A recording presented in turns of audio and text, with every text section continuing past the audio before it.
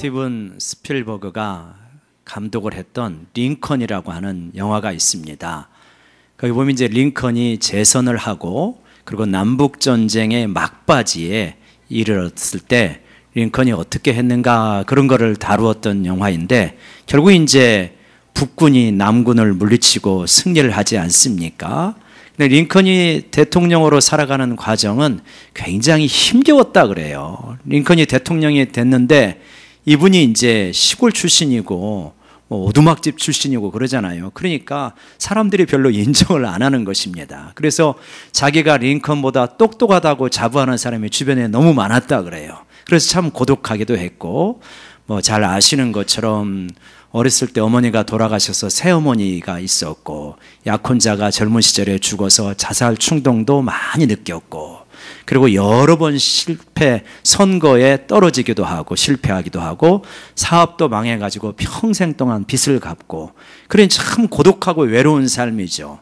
근데 이제 남북 전쟁이라고 하는 큰 과업을 완수를 하는데 결국 이제 승리를 하고 이 북군을 이끌었던 장군이 그랜트 장군입니다. 그 이전의 장군들은 자꾸만 자기는 안 하겠다고 하는 거예요. 다 포기를 하는데 그랜트가 이제 막바지에 이 북군을 이끌어가는 총사령관의 역할을 하게 됩니다.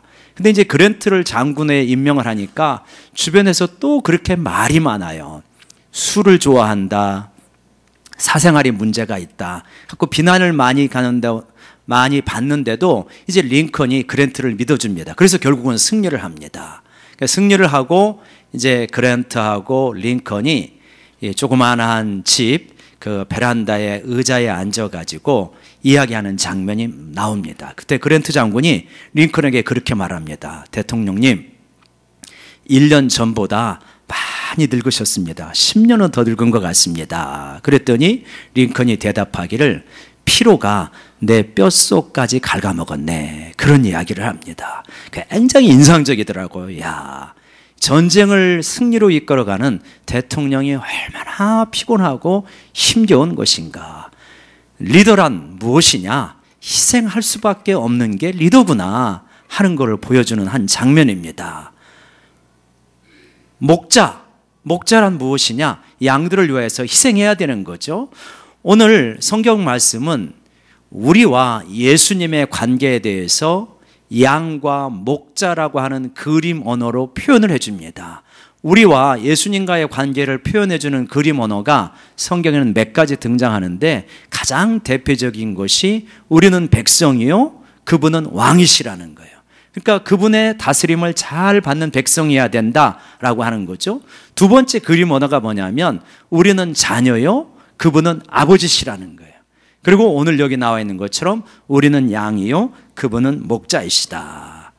그러면 목자가 되시는 그분이 우리를 이끌어가기 때문에 양들은 어떻게 해야 될 것인가, 또 목자는 어떻게 하면 되는가, 여기에 이제 그림들이 많이 나오게 되어지죠. 우리는 이제 양하고 목자의 관계를 잘 모르지만 이 말씀을 듣던 그 당시에 이스라엘 백성들은 이 그림을 잘 아는 거죠. 그래서 그냥 나는 목자요 너희는 양이니 하면 한순간에 알아듣습니다. 우리는 설명을 필요로 하지만.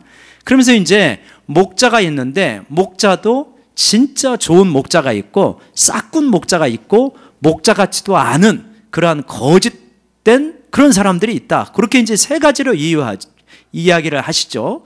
그러면서 그 세 가지 이야기를 하시는데 그 목자가 아닌 가짜들이 있다. 그게 뭐냐? 도둑이다, 강도다 이렇게 이야기합니다. 양들에게 다가온다고 해서 다 목자가 아니라 도둑과 강도들도 다가온다. 그런 도둑과 강도 같은 사람은 왜 오냐?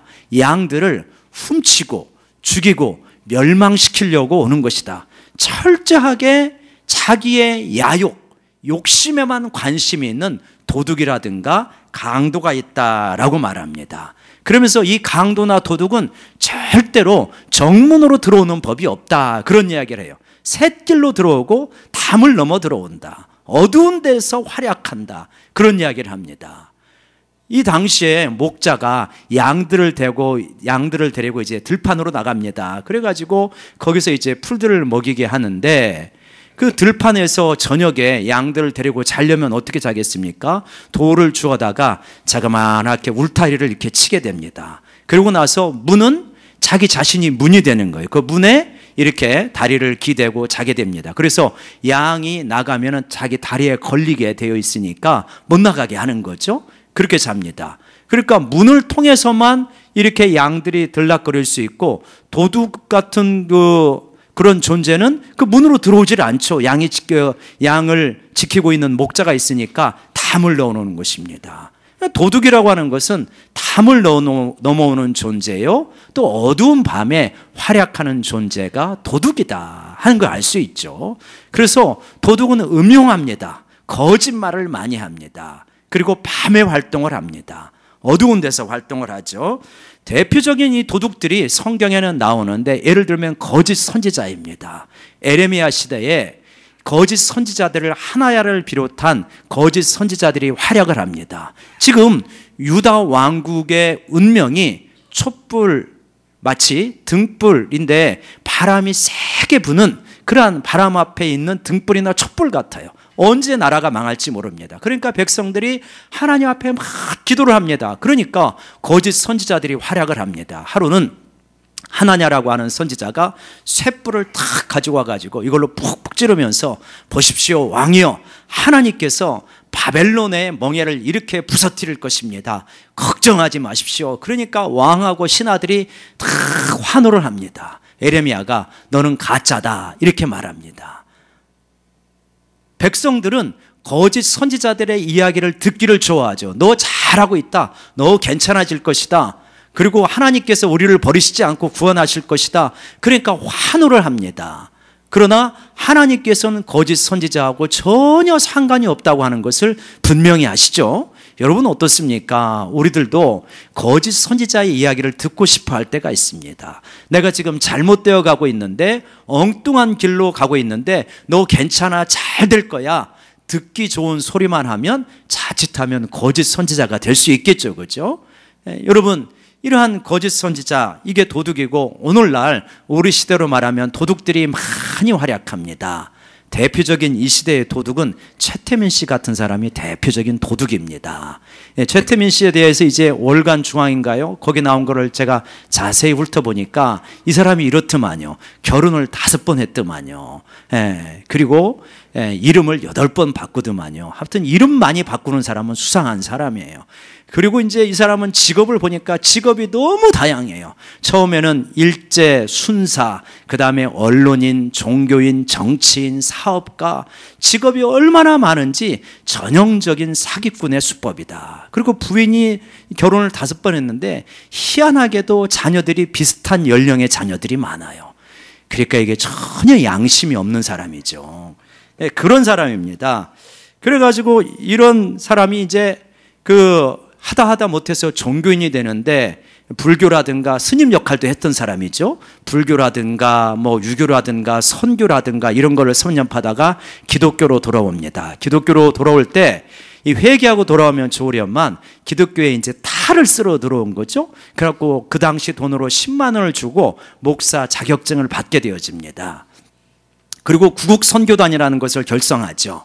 얼마나 이 사람이 엉터리였는지, 이제 어느 집회가 있는데 목사님들이 이제 순서를 맡은 그런 경우가 있잖아요. 어떤 분은 성경 봉독, 어떤 분은 기도, 어떤 분은 설교, 그리고 목사님 가운데 이제 마지막 한 분은 축도, 이렇게 하는데 축도 순서가 이 사람에게 돌아온 거예요. 근데 축도를 어떻게 하는지는 몰라요. 10만 원 주고 목사 자격증은 땄는데 축도를 할지 모르니까 옆에 목사님에게 축도는 어떻게 하는 거요? 그랬더니 이제 목사님이 놀래가지고 축도를 써줍니다. 축도하고 이렇게 했더니 이분이 쫙 손을 들고 축도 이렇게 했다고 하는 그런 유명한 이야기가 있습니다.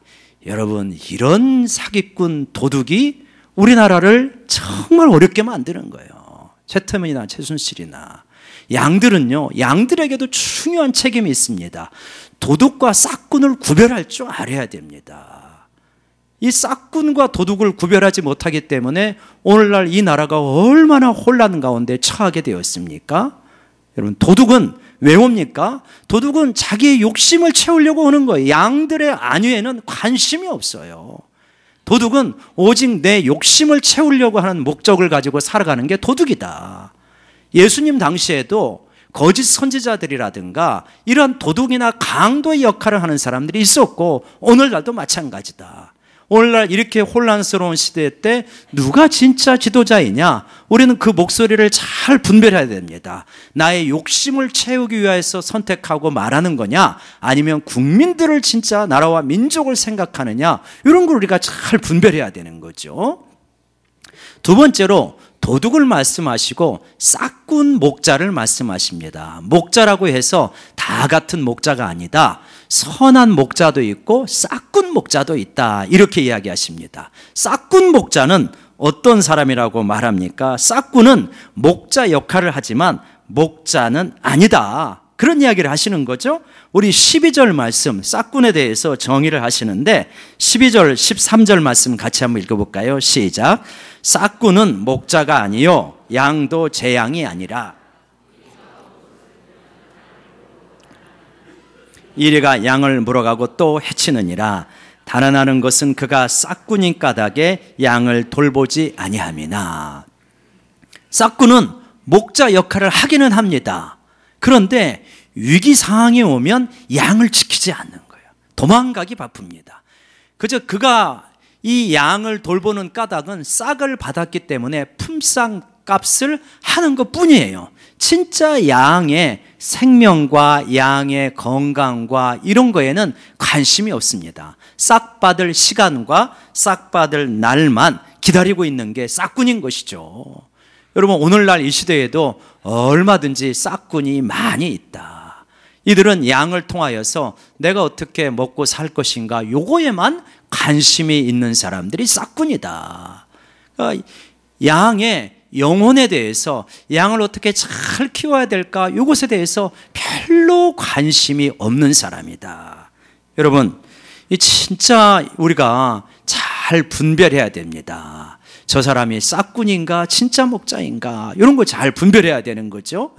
그래서 만약에 이 사람이 싹군이고 또 거짓 지도자이면 어떻게 해야 됩니까 여러분? 5절에 그런 말씀을 하세요. 우리가 오늘 읽지는 않았지만 요한복음 10장 5절에 보면 양은 타인의 음성을 알지 못하는 고로 타인을 따르지 아니하고 도리어 도망하느니라.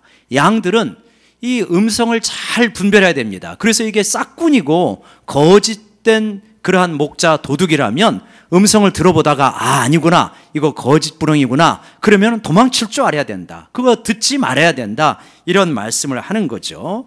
싹군의 대표적인 특징은 뭐냐면 이익을 따라서 움직이기 때문에 희생이라는 법을 모릅니다. 희생할 줄 몰라요. 참된 지도자이자 아니냐라고 하는 것은 희생의 마음이 있느냐 없느냐로 분별하면 굉장히 좋습니다. 얼마나 많은 사람들이 희생을 안 하는지 몰라요. 우리나라의 대표적인 희생했던 사람은 누굽니까? 리더십을 이야기할 때마다 이순신 장군이나 미국의 링컨이나 이런 사람을 이야기하잖아요.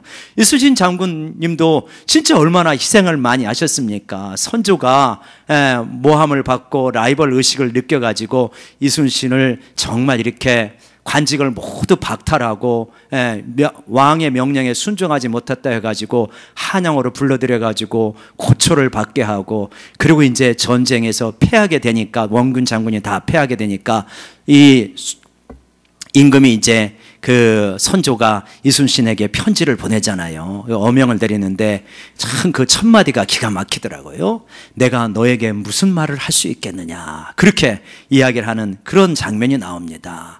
그렇지만 그 왕으로 온 편지를 받고 정말 이렇게 배교종균해가지고 또 명량해서 나라를 구하는 그런 장면 우리가 잘 알지 않습니까? 그러니까 나를 모든 관직을 박탈하고 나를 곤장을 때리고 그럴 때는 언제냐? 네가 한번 잘해봐라. 그래도 누가 할 말이 있겠어요? 왕도 그 당시 절대적인 군주가 이순신 장군에게 내가 너한테 무슨 말을 할 수 있겠느냐? 민망하다. 이렇게 표현을 할 정도면 얼마나 억울하겠습니까? 그러나 나라와 민족을 위하여서 기꺼이 내 한 몸을 희생하는 이게 진짜 목자인 거죠. 선한 목자인 거죠. 그러니까 참된 지도자는 참된 목자는 뭐냐? 희생할 줄 아는 사람인데 싹군은 희생이라는 것을 모른다라고 이렇게 분명히 우리가 정의할 수 있죠. 그리고 싹군은 싹을 받는 데만 관심이 많기 때문에 한 영혼 한 영혼에 대해서는 별로 관심이 없어요. 숫자로는 중요하게 생각을 하지만 진짜 한 영혼이 살아가고 있느냐, 한 영혼이 지금 낙심하고 있느냐, 한 영혼이 바깥에서 지금 절망하고 있느냐, 그거에 대해서는 별로 그렇게 관심이 없는 게 싹군이다.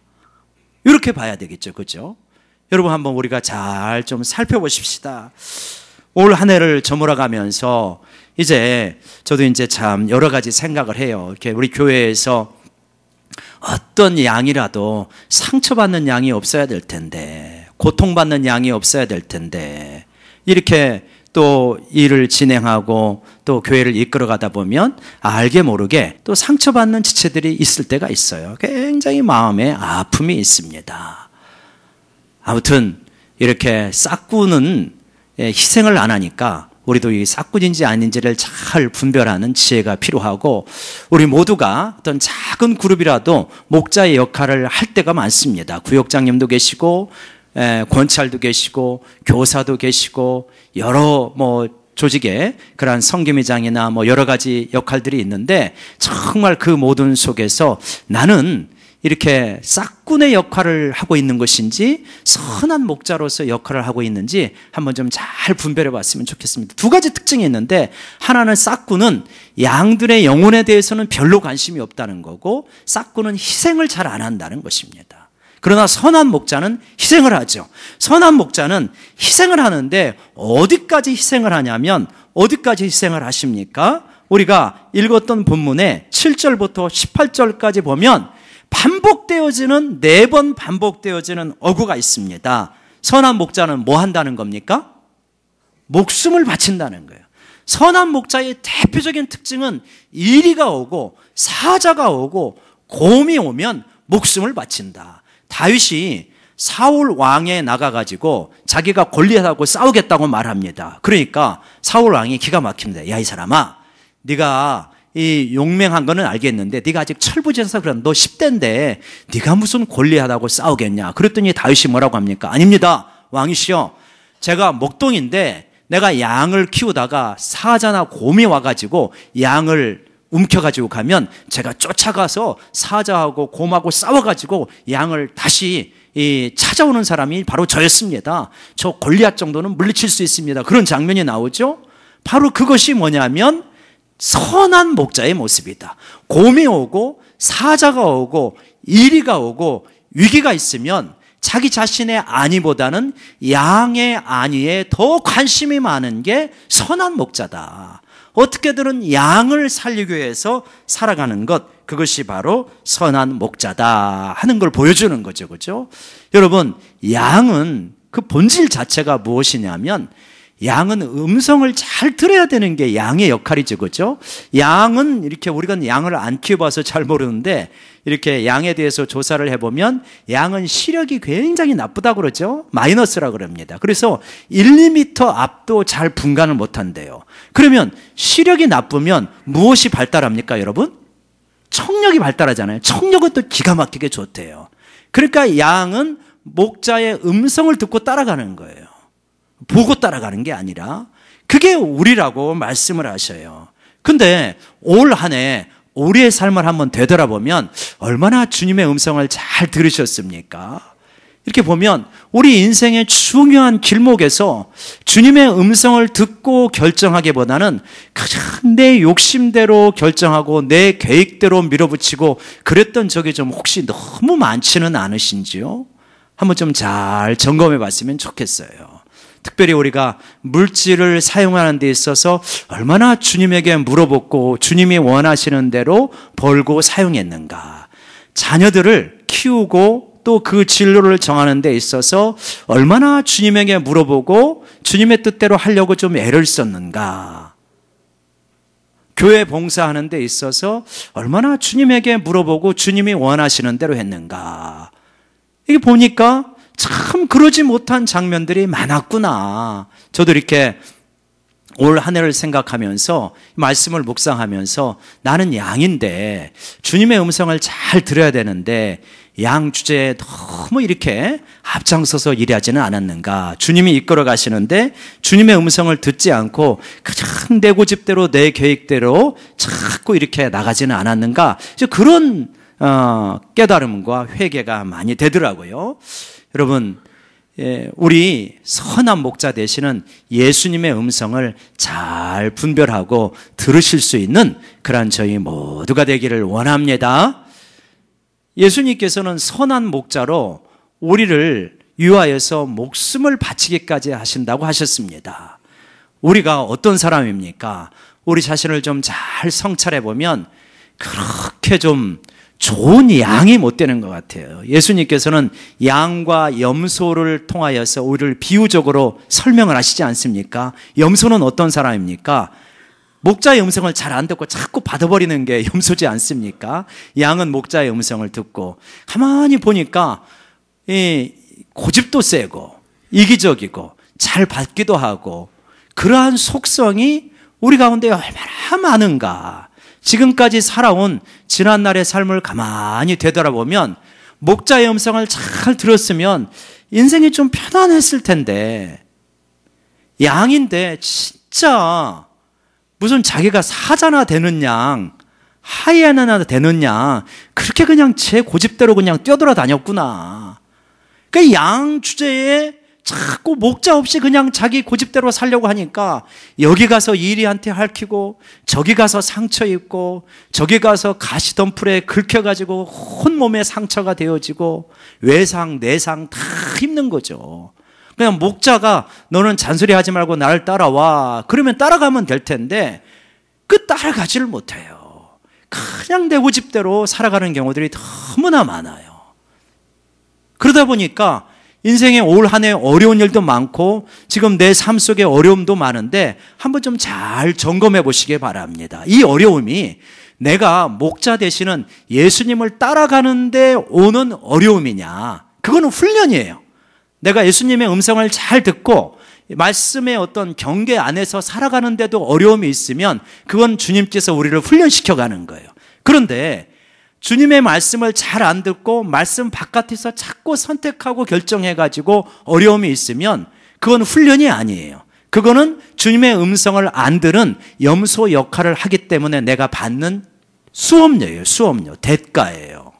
한번 그래서 고통이라고 해서 똑같은 고통이 아니다. 아픔이라고 해서 똑같은 아픔이 아니다. 한번 우리가 지난 한 해 동안 혹은 우리 인생 전체를 되돌아보면서 내게 있는 이 아픔과 고통이 주님의 음성을 잘 분별하지 못하고 내 고집대로 내 계획대로 살아가기에 왔던 고통과 아픔은 얼마나 있는지 한번 그런 부분들을 잘 점검해 보셨으면 좋겠습니다. 그리고 주님의 음성을 잘 듣고 가는데도 고통과 아픔이 있다면 이 훈련을 기꺼이 좀 받는 지혜가 필요한 것이죠. 왜냐하면 목자 되시는 예수님께서 너무나 우리를 잘 아신다고 말해요. 너무나 잘 아시고 우리에게 필요한 것이 무엇인지를 잘 아셔서 이끌어 가시는 거예요. 그러니까 그분만 따라가면 되는데 자꾸 안 들어가요. 또요, 우리를 잘 아시고 길도 잘 아시고 우리에게 필요한 것이 무엇인지도 잘 아십니다. 근데 그것만이 아니고 또 무엇이 있으냐면 우리를 너무너무 사랑하신다는 거예요. 어느 정도까지 사랑하시냐? 자기의 목숨을 바칠 정도까지 사랑하시는 분이 우리 예수님이시다. 이 땅에 오셔서 영화를 누리고 싶어 하잖아요. 여러분 한번 세계를 돌아다니면, 우리가 세계를 많이 보지는 못하였지만 세계를 돌아다니면 사람들이 원하는 것이 비슷하구나 하는 걸 알 수 있어요. 어디를 가더라도요, 음식점들이 많죠.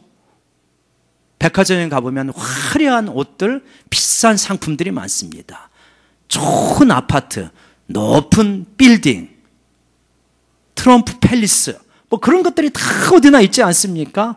그러니까 사람들이 다 공통적으로 원하는 것은 뭐냐면 잘 먹고 잘 입고 부귀영화 누리는 게 인간의 보편적인 심성인 것 같아요.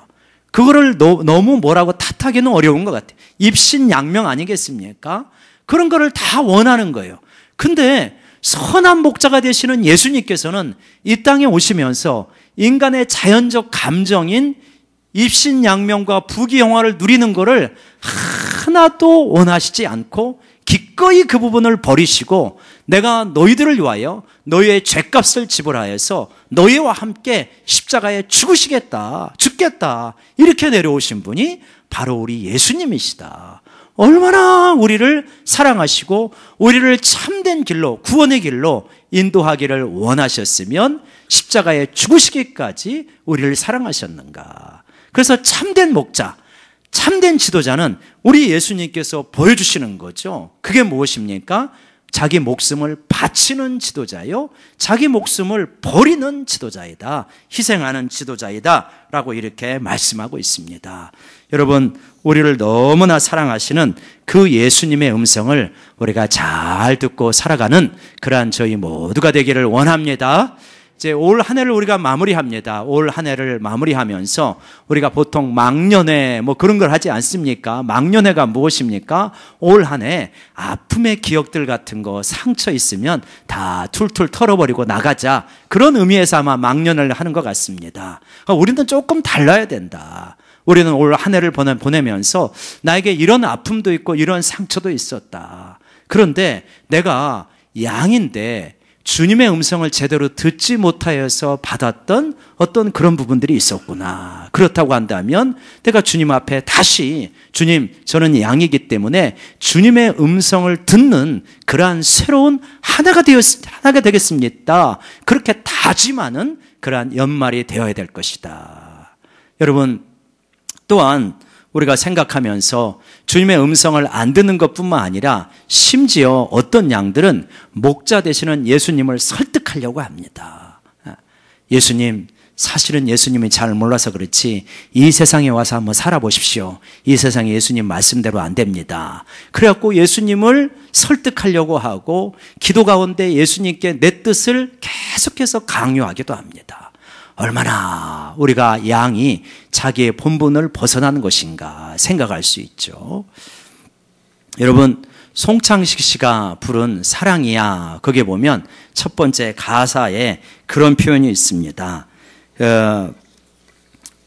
뭐라고 그렇게 노래를 하냐면, 당신은 누구시길래 이렇게 내 마음 깊은 거기에 찾아와 어느새 촛불 하나 이렇게 밝혀 놓으셨나요? 그런 표현이 있죠, 그죠? 이제 그 연인 간의 사랑을 노래하는 그러한 가요입니다. 당신은 누구시길래 그렇게 내 마음 깊은 거기에 찾아와서 어둠에 칙칙하게 어두웠던 내 마음 속에 촛불을 하나 밝혀 놓으며 내 인생에 소망을 주는 것입니까? 뭐 그런 내용 아니겠습니까? 정말 이 가사를 생각하면서 예수님은 누구시길래 나 같은 사람을 이렇게 염소 노릇하고 이렇게 고집도 자주 피우고 어깃장도 자주 놓고 제 길이 옳다고 생각하면서 그릇된 길로 가기도 좋아하고 그러면서도 조금만 어려우면 억울하다고 그렇게 하소연도 많이 하는, 정말 이렇게 양이 아닌 염소를 정말 양이라고 불러주는데도 염소처럼 행동하는 나를 위하여서 어떻게 그렇게 기꺼이 목숨을 바치실 정도로 나를 사랑하십니까? 그렇게 나를 사랑하시고 나보다도 더 나를 잘 아시는 예수님, 그리고 나를 가장 좋은 곳으로 이끌어 가시려고 지금도 부르고 계시는 예수님, 지금도 음성을 들려주시는 예수님, 누구나 이 땅에 올 때, 이 땅에 와서 살아갈 때, 이 땅에 왔으니 부귀영화 좀 누리고 살아야지 당연하게 생각하는데, 예수님은 이 땅에 오실 때 가장 낮은 자리, 가장 비천한 자리, 그곳에 오셔서 그곳으로 그치는 것이 아니라 일생 동안 힘겹게 사시면서 죽기까지 우리를 사랑하신, 어떻게 그렇게까지 하나님께서 그런 삶을 사실 수 있습니까? 당신은 정말 누구시길래 내 마음, 내 인생 깊은 곳에 와서 어둠의 칙칙한 내 삶 속에 희망의 횃불을 켜시는 겁니까? 우리가 이렇게 반문하지 않을 수 없는 거죠. 왜요? 예수님께서, 그 대답은 예수님께서 내가 너를 너무나 사랑하고 죄와 허물 가운데 죽어서 영원히 멸망할 수밖에 없는 너에게 참다운 진리의 길, 생명의 길, 구원의 길을 너에게 열어주려고 내가 이 땅에 그렇게 왔노라. 그리고 너를 위하여 십자가에 죽었노라. 너와 함께 너의 옛사람과 함께 십자가에 죽었노라. 이렇게 말씀하신다 믿습니다. 여러분, 예수님은 누구시길래 이 땅에 오셨습니까? 그리고 십자가에 죽기까지 하셨습니까? 너를 위하여 목숨을 바치노라. 나는 선한 목자다. 그 선한 목자 되신 예수님을 다시 한번 우리 인생에서 깊이 모셔드리는 이번 대림절이 되시기를 주의 이름으로 간절히 축원합니다.